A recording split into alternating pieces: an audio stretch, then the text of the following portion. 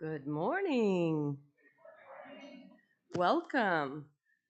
My name is Ann Harrington. I am wearing several hats today, but Archives team is one of my teams, and I'm on the Board of Trustees as well as Pastoral Care.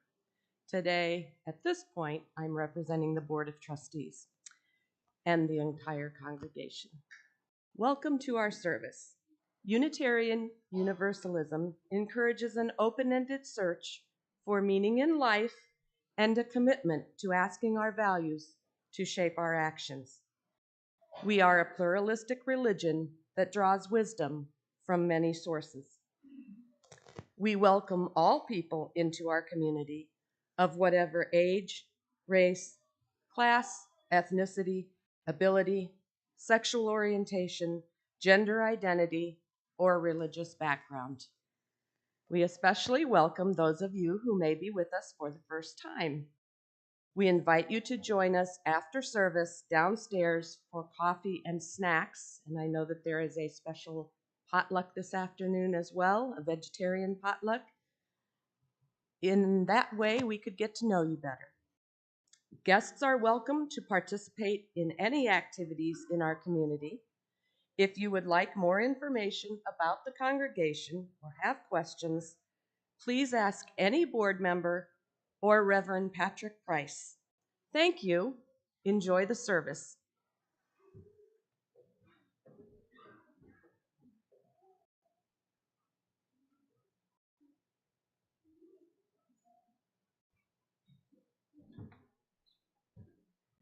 Good morning.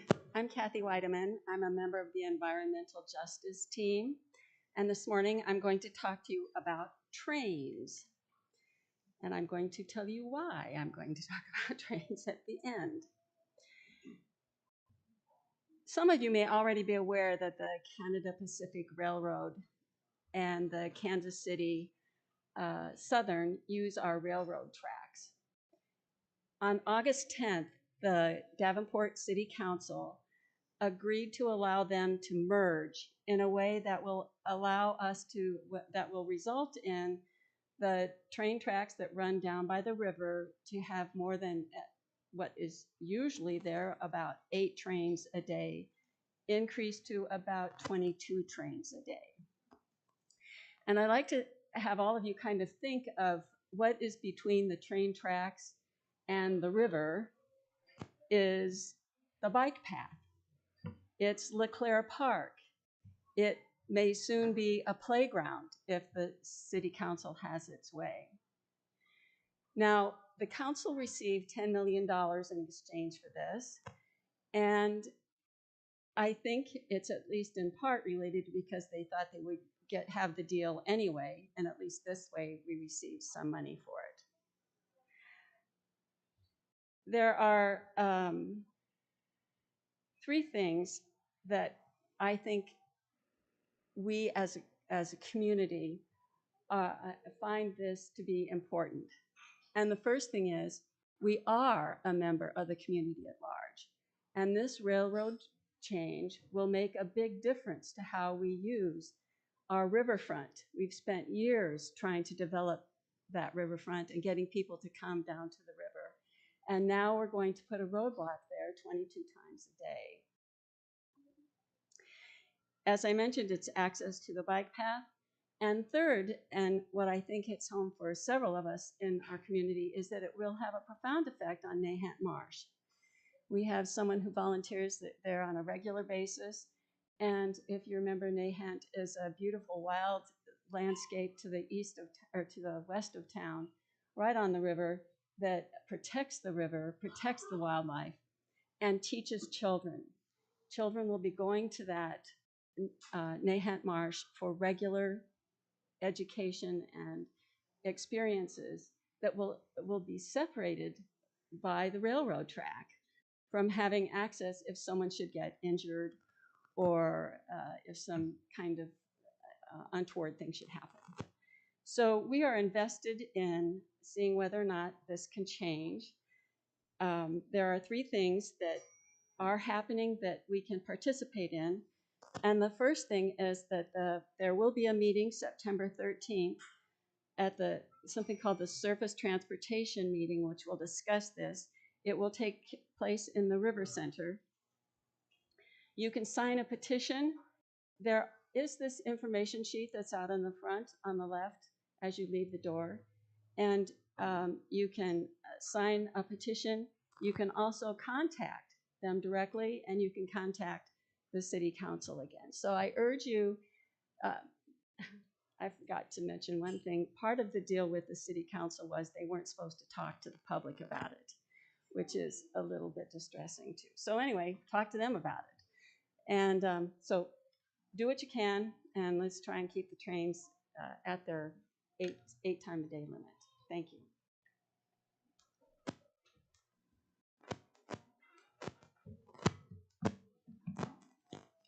Good morning.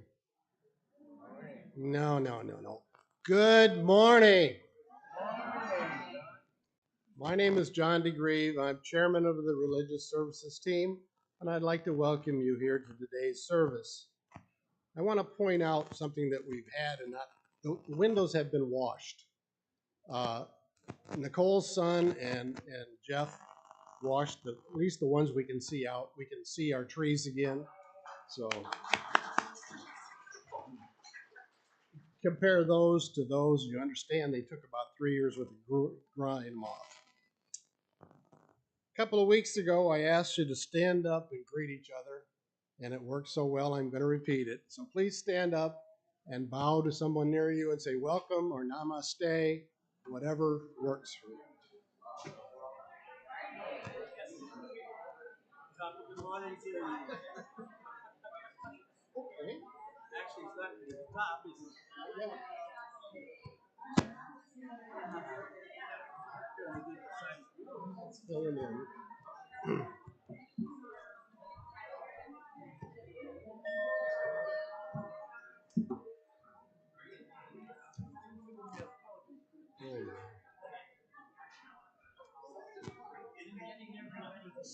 I know the greetings could go on for the whole period, but we have other things to accomplish. I love the energy that happens when you get up and greet each other, so thank you. Today we are celebrating poetry of courage and hope. According to Robert Frost, poetry is when emotion has found its thought and thought has found words. Poems are one of the best ways to express our imagination and even define who we are. They are a popular form of literature that has existed for over 1,000 years. Ryan Grant says that the very commonly asked question regarding poetry is, what's the point of poetry? I know I've asked that myself. And why do people even bother to read it? He says that poetry is much needed in today's society where people's eyes are stuck on screens watching pointless or entertaining venues and playing video games to fill their emptiness and their loneliness. By reading poems, we are allowing ourselves to open our minds and to give shape to our thoughts. Poetry allows us to think of all the endless possibilities and meanings to a poem.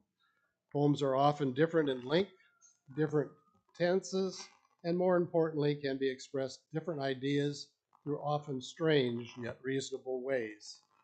Poetry allows the writer to express a message or tell a story using a little amount, very few words, right, Dan? Few. Come with us today on a journey expressing and experiencing many different poems. We hope that you enjoy it. Our opening song this morning is number 1010. We give thanks. We will sing it through twice.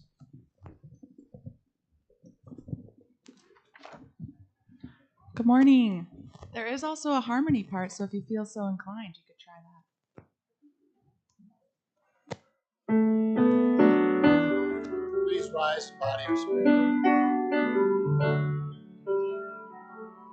Oh, we give thanks for this precious day, for all gathered here and those far away, for this time we share with love and care.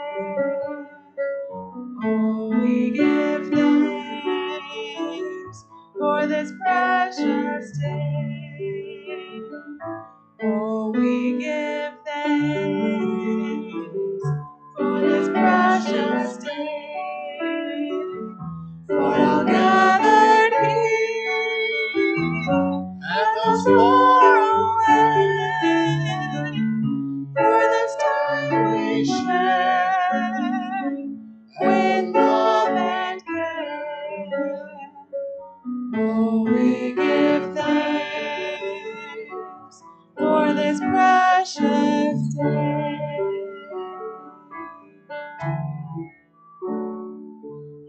Please be seated.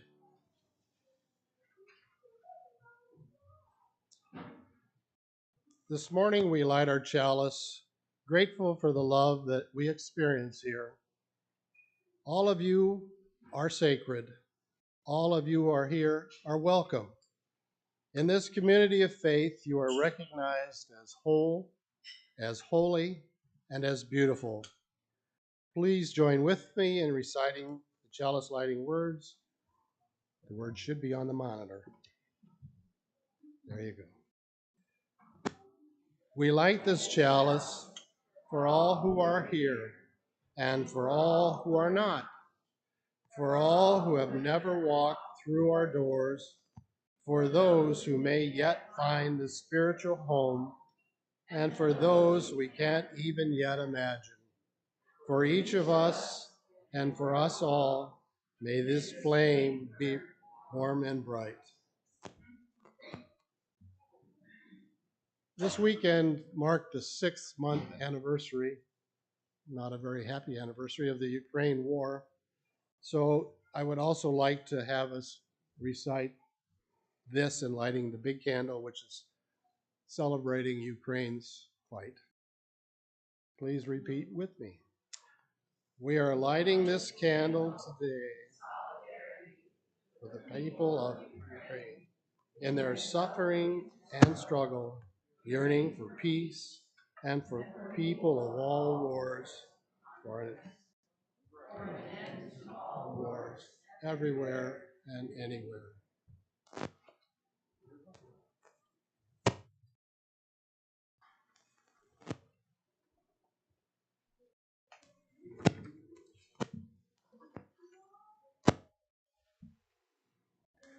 I thank John for asking me to explain why I like poetry. I did not Google or check out what erudite scholars might say on this subject. Instead, I took a dive into my own psyche to try to explain my fascination for this artistic medium. Let me begin by telling you a story. One very late evening, I sat grieving before the dying fire in my fireplace. I was musing and reading some older books I had not looked at in years. And I was fighting to stay awake. Suddenly, I heard an unusual noise which made me very, very uncomfortable.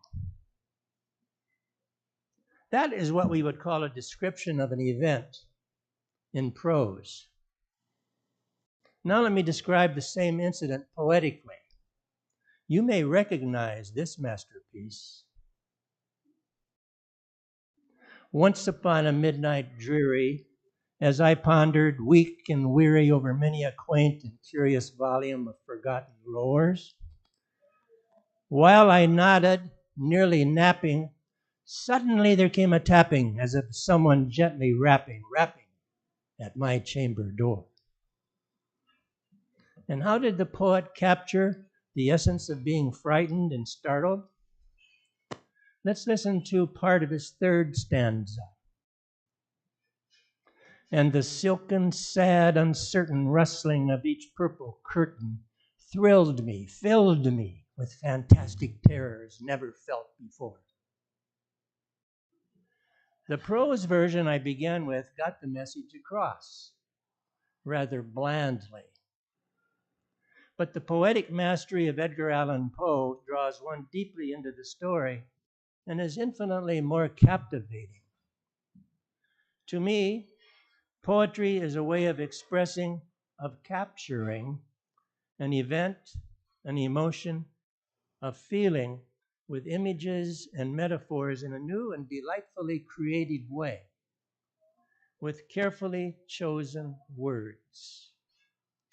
A poem often takes you visually, viscerally, to a place you may have been before, but showing you what you typically might miss.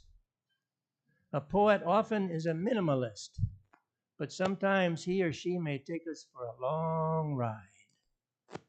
Poe had 24 stanzas to his poem, The Raven. Some of Robert Frost's and Tennyson's narrative poems go on for several pages. Poems can be rhymed or unrhymed, conform to a rhythmic pattern or not, or, like some modern poems, be so unstructured, so unrhythmic, so lifeless and bland that they may become prosaic. My love of poetry began while sitting on my grandfather's lap, listening to him read or recite some of his favorites. He started me.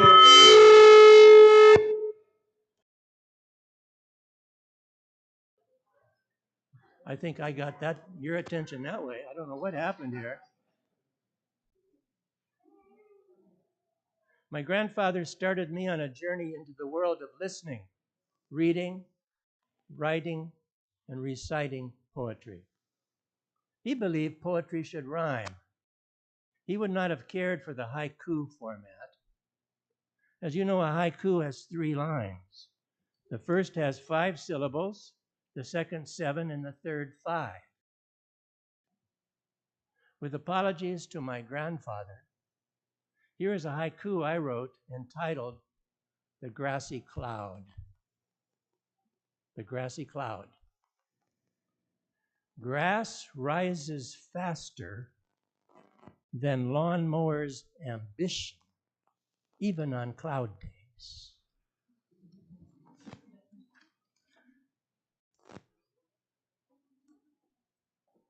Now I'd like to invite the children and the young at heart.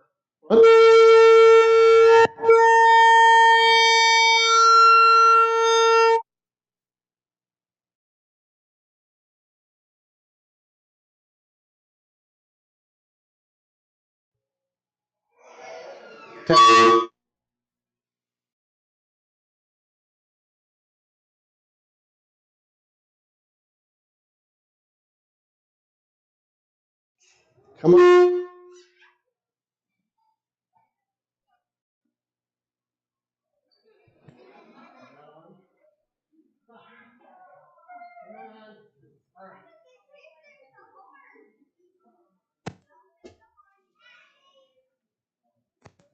Turn that on or my desk. Good morning. Now that our ears have been pierced and broken, my name is John, and I want to welcome you up front today on our Poetry Sunday. Poetry Sunday. We just told you all about poetry. I didn't know either. Anyway, before we get started on poetry, I'd like to do a little exercise with you. I know Aubrey always wants you to go breathe. We're going to breathe first. We're going to breathe in and breathe out. Breathe in, breathe out. Breathe in and breathe out. I would like you to stand up a little. Okay, let's see if you can all make yourself sit.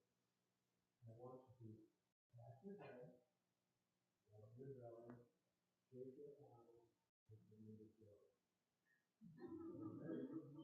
Pat your head, rub your belly, shake your arms like you make it. Pat your head, rub your belly, shake your arms like you make it. Pat your head, shake your arms, rub your belly. Now that we've all made fools of ourselves, okay,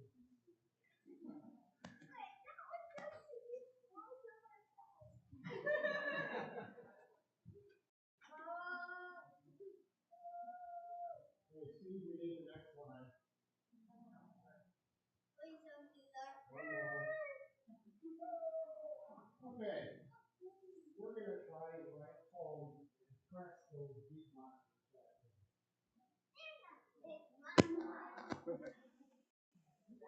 Okay, you see the picture there? And a little picture here. I'd like to come up with descriptions of it, the short ones, so we can make a poem. So the first one is with the rainbow.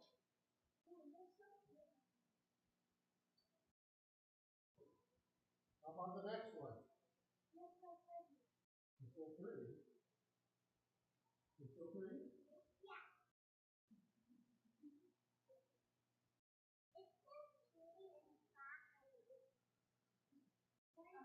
Okay, what about clouds? Puffy clouds. So we'll combine them. Puffy white clouds. All right, one more. Sky so blue. You got it.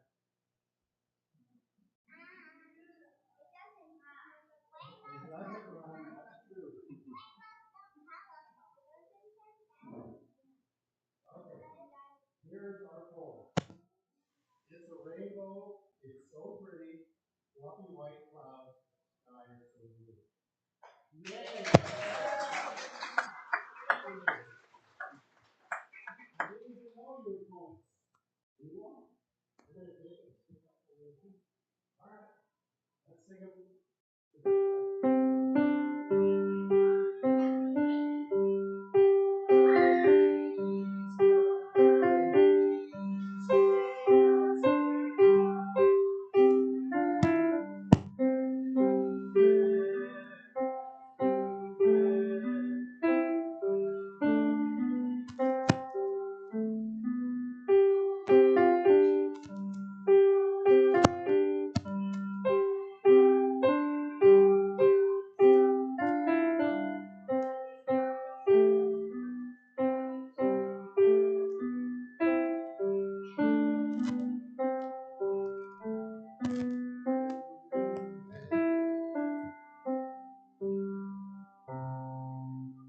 Now that the kids showed you how easy it is, we're going to go up to the big leagues. Have the next picture. The next picture is the Butterfly Nebula as photographed by I don't know which satellite got it, but that's the nebula. It has stars in the center of it that respond for the appearance. It is in its death throes. It casts off layers of gas periodically over the past few thousands of years. At a temperature of only 36,000 degrees Fahrenheit and tearing across space at more than 600,000 miles per hour. Now, what do you see in that picture of our pole? Stars, stars, sunlight.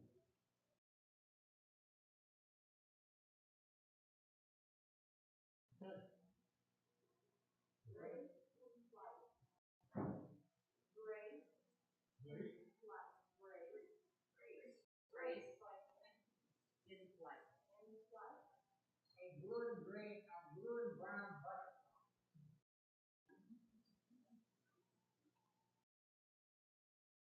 Blue and brown butterfly?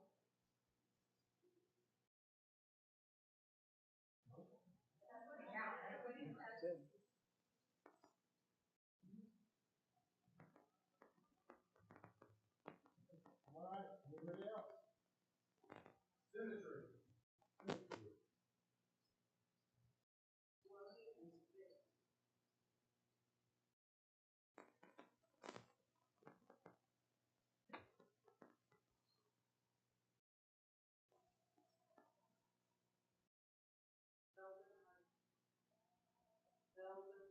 Velvet.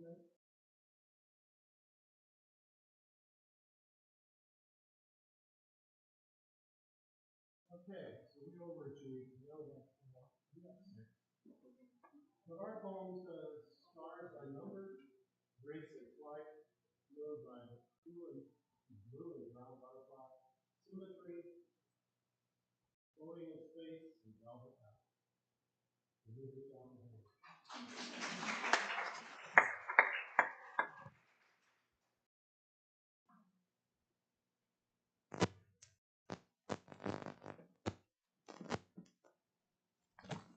Now we've come to the part that you've all been waiting for. Our first section of poetry reading. The first one is Molly Tagland, followed by John Holliday, followed by Ann Harrington, followed by Dave Coe. I asked them to come up one at a time, and they're going to read 2 poems. So enjoy.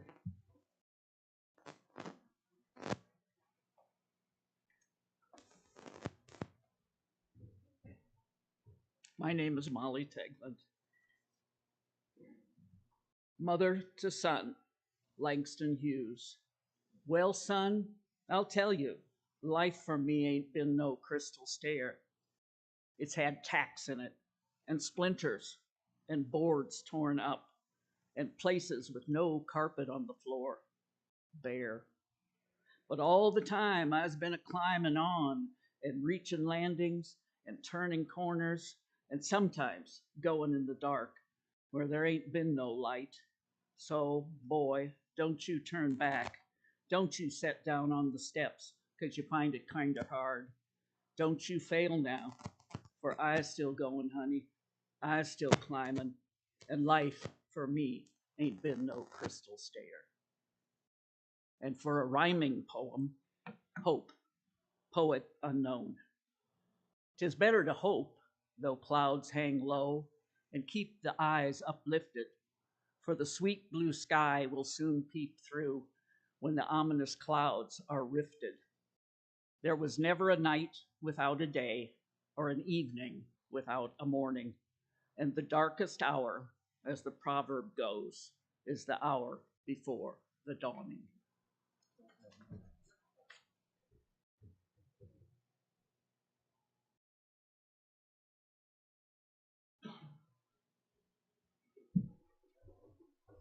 Hi, I'm John Halliday, and I will be reading 3 poems with John's permission, I snuck in a third one. These are so short, John. By John Carl Campi. What is it? I'm doing this off my phone here. Never let go of hope. One day you will see that it all has finally come together. What you have always wished for has finally come to be. You will look back and laugh at what has passed, and you will ask yourself, how did I get through all of that? Just never let go of hope. Just never quit dreaming. And never let love depart from your life. The second one is by Max Ehrman, called Hope. Deny me all the good of earth, all joy and soul rebounding mirth, all wealth and rank and love's great days. But leave one thing by which to cope with ebbing life's dim evening rays. Leave me but hope. And the third poem by Carl Sandburg. Hope is a tattered flag and a dream of time. Hope is a heart-spun word, the rainbow, the shadblow in white, the evening star inviolable over the coal mines, the shimmer of northern lights across a bitter winter night, the blue hills beyond the smoke of the steelworks, the birds who go on singing to their mates in peace, war, peace, the 10-cent crocus bulb blooming in a used car sales room, the horseshoe over the door, the luck piece in the pocket, the kiss and the comforting laugh and resolve. Hope is an echo. Hope ties itself yonder, yonder.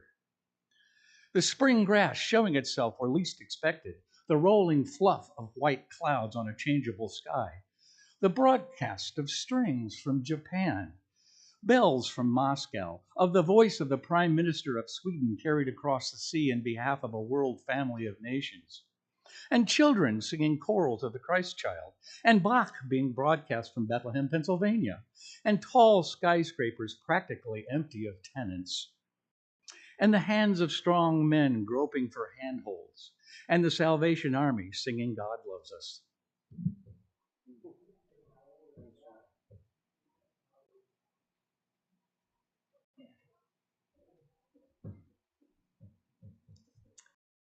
The first poem is Still I Rise by Maya Angelou. You may write me down in history with your bitter, twisted lies. You may tread me in the very dirt, but still, like dust, I'll rise. Does my sassiness upset you? Why are you beset with gloom? 'Cause I'll walk like I've got oil wells pumping in my living room. Just like moons and like suns, with the certainty of tides, just like hope springing high, still I'll rise. Did you want to see me broken, bowed head and lowered eyes, shoulders falling down like teardrops weakened by my soulful cries? Does my haughtiness offend you? Don't you take it awful hard, 'cause I laugh like I've got gold mines digging in my own backyard. You may shoot me with your words, you may cut me with your eyes, you may kill me with your hatefulness, but still, like air, I'll rise. Does my sexiness upset you? Does it come as a surprise that I dance like I've got diamonds at the meeting of my thighs? Out of the huts of history's shame, I rise. Up from a past that's rooted in pain, I rise. I'm a black ocean leaping and wide, welling and swelling, I bear in the tide. Leaving behind nights of terror and fear, I rise. Into a daybreak that's wondrously clear, I rise. Bringing the gifts that my ancestors gave. I am the dream and the hope of the slave. I rise, I rise, I rise. And the second is by Edgar Albert Guest, entitled On Quitting. When things go wrong as they sometimes will, when the road you're trudging seems all uphill, when the funds are low and the debts are high, and you want to smile, but you have to sigh. When care is pressing you down a bit, rest if you must, but don't you quit. Life is queer with its twists and turns, as every one of us sometimes learns. And many a fellow turns about when he might have won had he stuck it out. Don't give up through the pace, though the pace seems slow, you may succeed with another blow. Often the goal is nearer than it seems to a faint and faltering man. Often the struggler has given up when he might have captured the visitor's cup. And he learned too late, when the night came down, how close he was to the golden crown. Success is failure turned inside out, the silver tint of the clouds of doubt. And when you never can tell how close you are, it may be near when it seems afar. So stick to the fight when you're hardest hit. It's when things seem worst, you must not quit.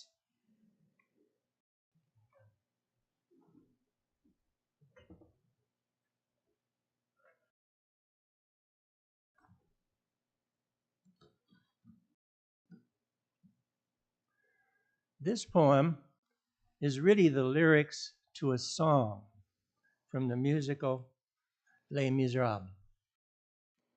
The lyricists or poets are Alain Boublil and Jean-Marc Natel.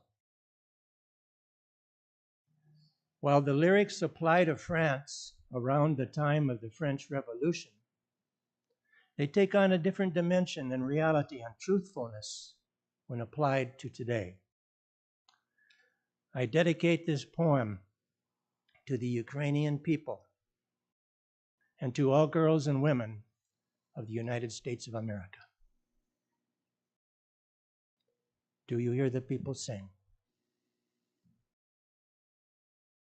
Psst.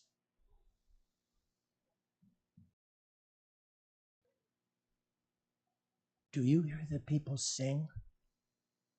Singing a song of angry men? It is the music of a people who will not be slaves again. When the beating of your heart echoes the beating of the drums, there is a life about to start when tomorrow comes. Will you join in our crusade?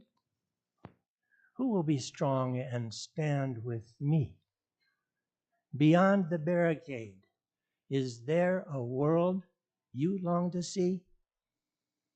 Then join in the fight that will give you the right to be free. Do you hear the people sing, singing a song of angry men? It is the music of a people who will not be slaves again. When the beating of your heart echoes the beating of the drums, there is a life about to start when tomorrow comes.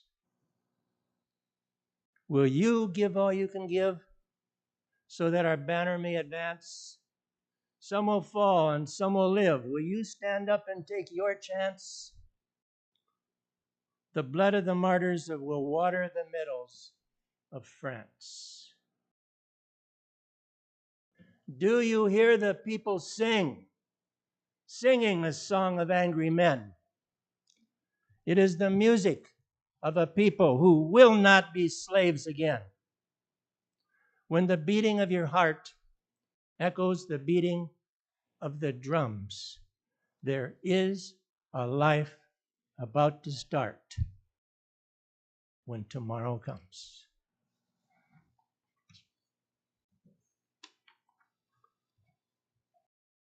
Next poem is from Emily Dickinson. It's called Hope is the Thing with Feathers. I love that. Hope is the thing with feathers that perches in the soul and sings the tune without the words and never stops at all. And sweetest in the gale is heard, and sore must be the storm that could abash the little bird that kept so many warm.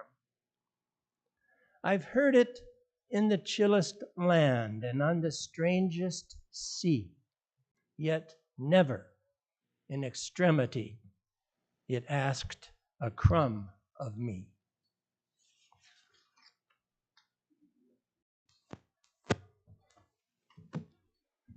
Let's give them all a hand for the first sing.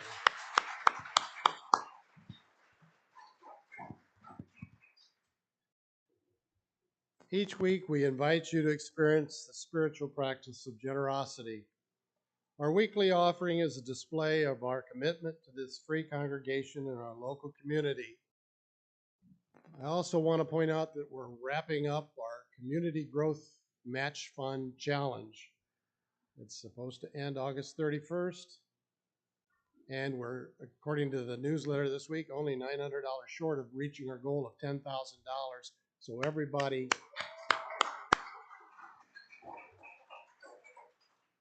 I guess the thought is dig a little deeper so we can make it to the $10,000. We share 50% of all non-pledge offerings from this collection with a non-profit organization. This month's recipient is the Quad City Interfaith Community Meal Program. Every other month, our UUCQ crew shops, cooks, delivers, and serves a meal, helping feed those in need here in the Quad Cities. Please be as generous as you can. Once the basket is passed, if you feel so moved, you're invited to come up and light a candle to mark a joy or sorrow in your personal life. Now let this sacred time begin.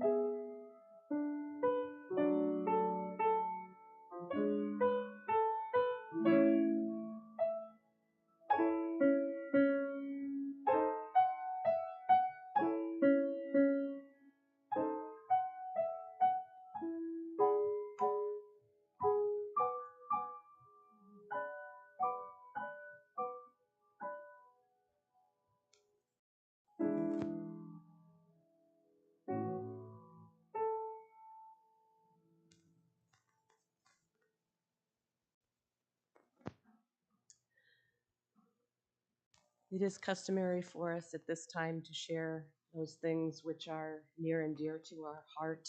Some things are left unsaid. And we also read from the book, which is out at the entranceway. We have several today. From A Joy from Raymond Butch Perry, attending the UU Church for 5 weeks in a row, my new friend, Lana Long. And A Sorrow by Butch. It's been 8 months since my significant other, Jack Waters, was killed. And from Miriam Andrews Ullman, Lucy Ann turned 4 years old last week. It's been fun watching her grow. And from Lori McCullum and the Environmental Justice Team, thanks for all the great food waiting for us downstairs.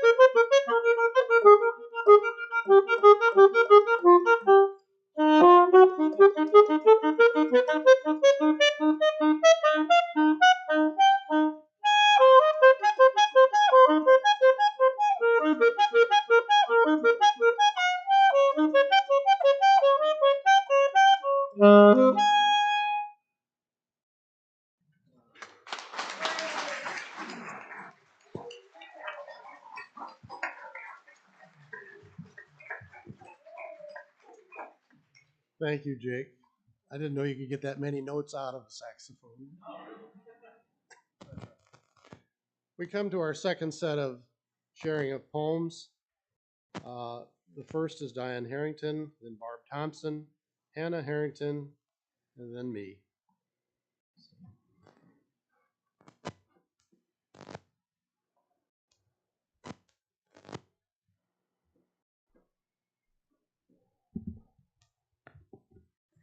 Good morning. My name is Diane Harrington, and my first poem today is called Of History and Hope by Miller Williams.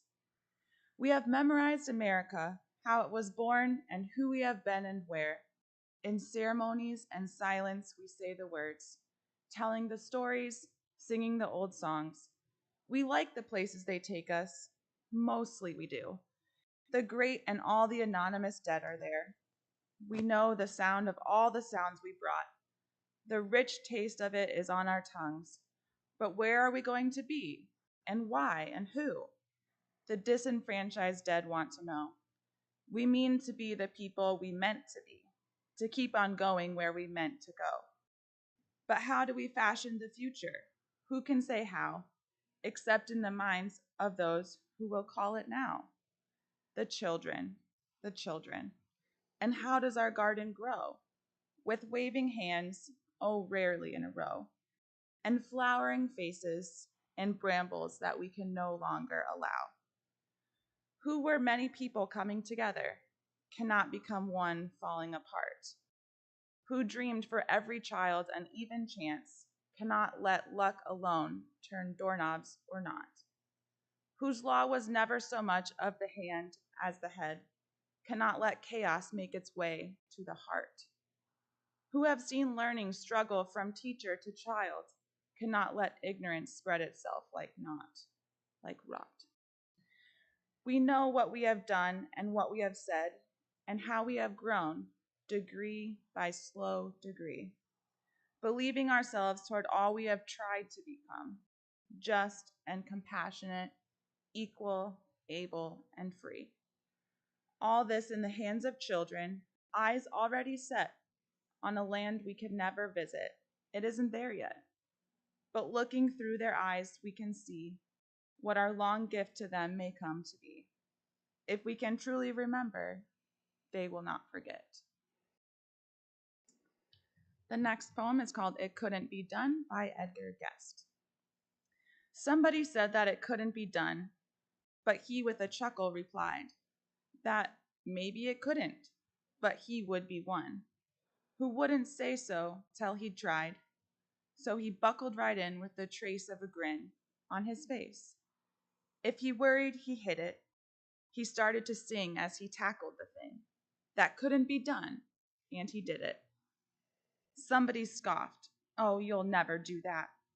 At least no one has ever done it." But he took off his coat and he took off his hat, and the first thing we knew, he'd begun it. With a lift of his chin and a bit of a grin, without any doubting or quit it, he started to sing as he tackled the thing that couldn't be done, and he did it. There are thousands to tell you it cannot be done. There are thousands to prophesy failure. There are thousands to point out to you one by one the dangers that wait to assail you. But just buckle in, and with a bit of a grin, just take off your coat and go to it. Just start in to sing as you tackle the thing that cannot be done, and you'll do it.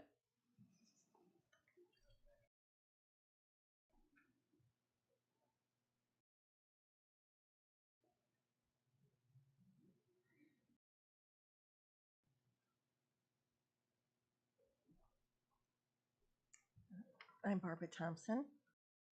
The first poem is Positive Hope by Catherine Pulsifer. We can lose many things in life. We may find we have had our share of strife.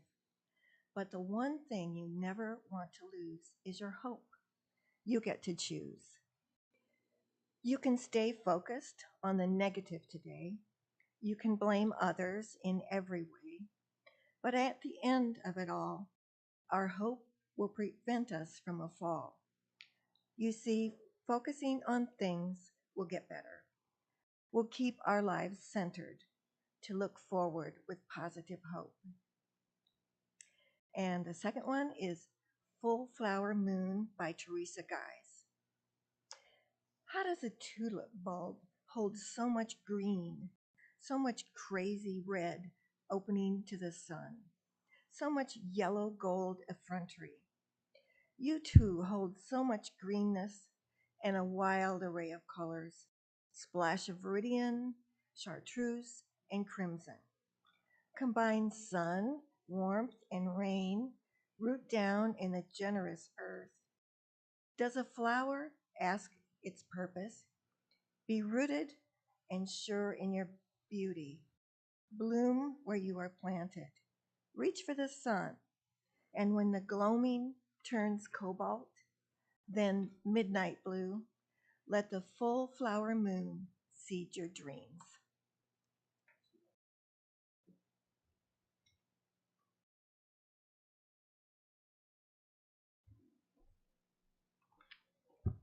My name's Hannah Harrington, and my first poem is Courage, and the poet is Unknown.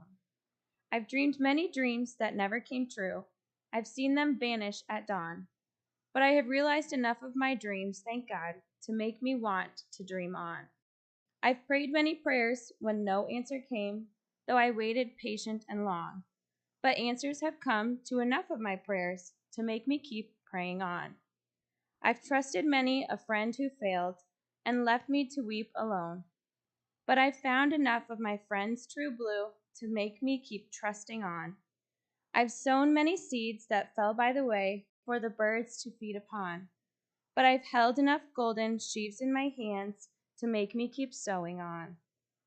I've drained the cup of disappointment and pain and gone many days without song, but I've sipped enough nectar from the roses of life to make me want to live on. The next one is A Simple Hope by Teresa I. Soto. Last year, the It toy was some kind of beeping, computerized egg. The frenzy and desperation, reaching for the perfect gift, sold out everywhere, this egg. Hope can be kind of like that. People strain and struggle for the perfect definition. Is it now or future perfect, as in we will have survived? They argue over whether we even need a hope more present than a maybe, even when you don't feel it. A healthy hope is the power, and beyond that, the choosing to stay. Stay with the doubt and fear. Stay with the work that it takes to resist. Leave giving up for another day.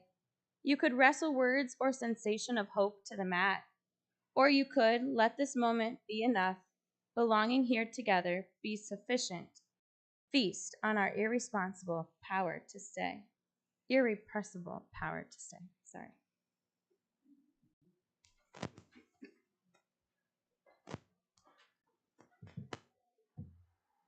My first poem is entitled The Four-Leaf Clovers.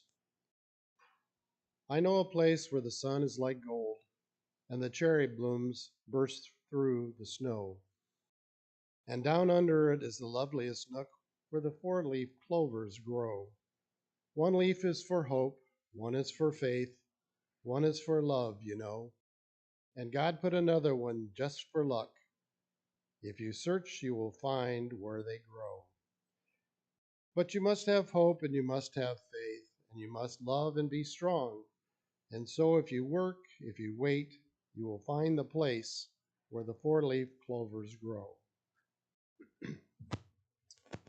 The second reading is The Journey of Hope by my cousin Cleon Vanderman. It's a story that's in her book that logs her journey through her husband having cancer and passing away.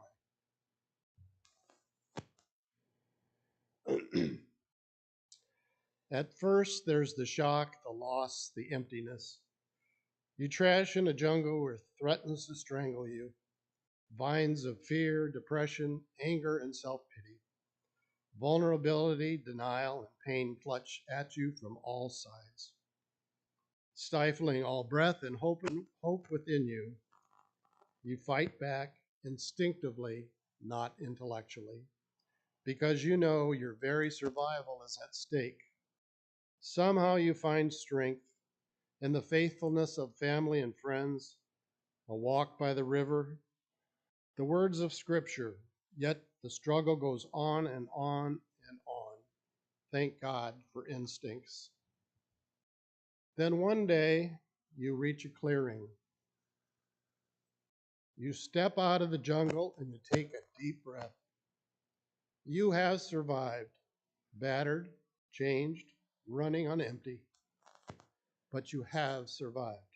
It feels good. But there's that little voice of worry.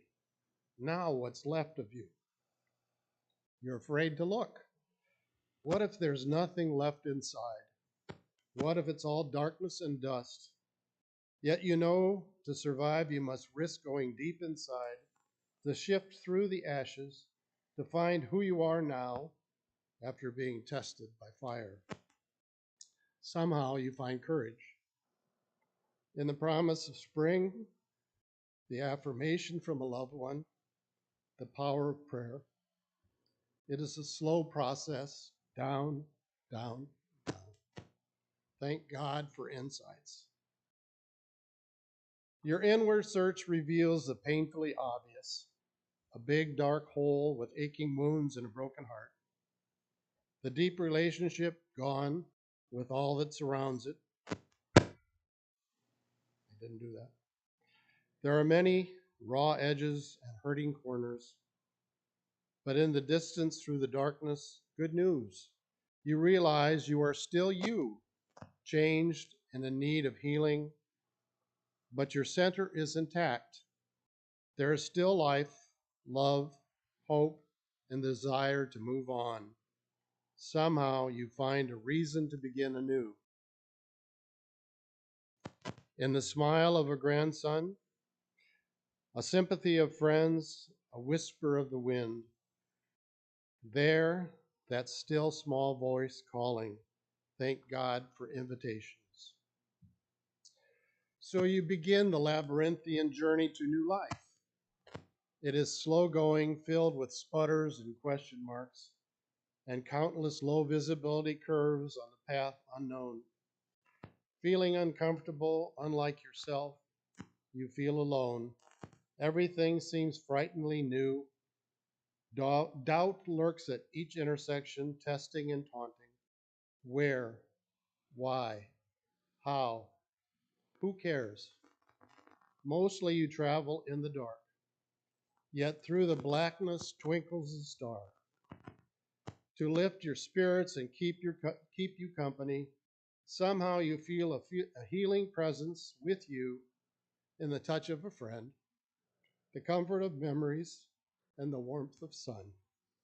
Nourished by the manna of everyday life, step by step by step, thank God for little Easters. So give everybody a hand, please.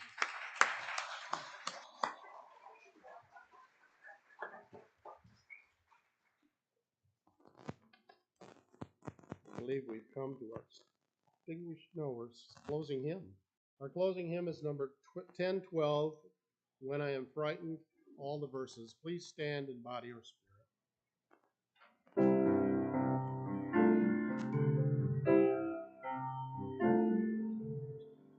When I am frightened, will you Reassure me when I'm uncertain. will You hold my hand. Will you be strong for me? Sing to me quietly.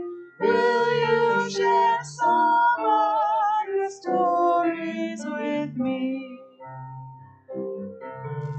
If you will show me compassion, then I may learn to care as you do.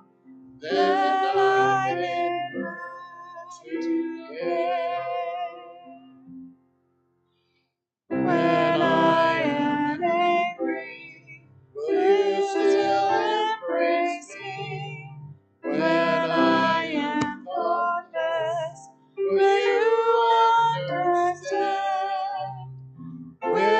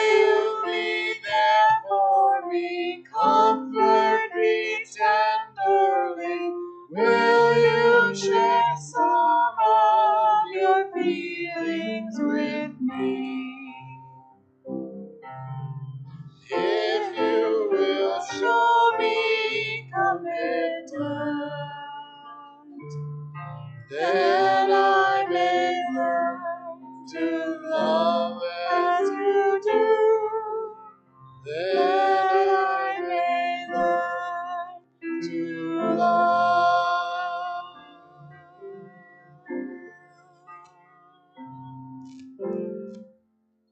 Please be seated.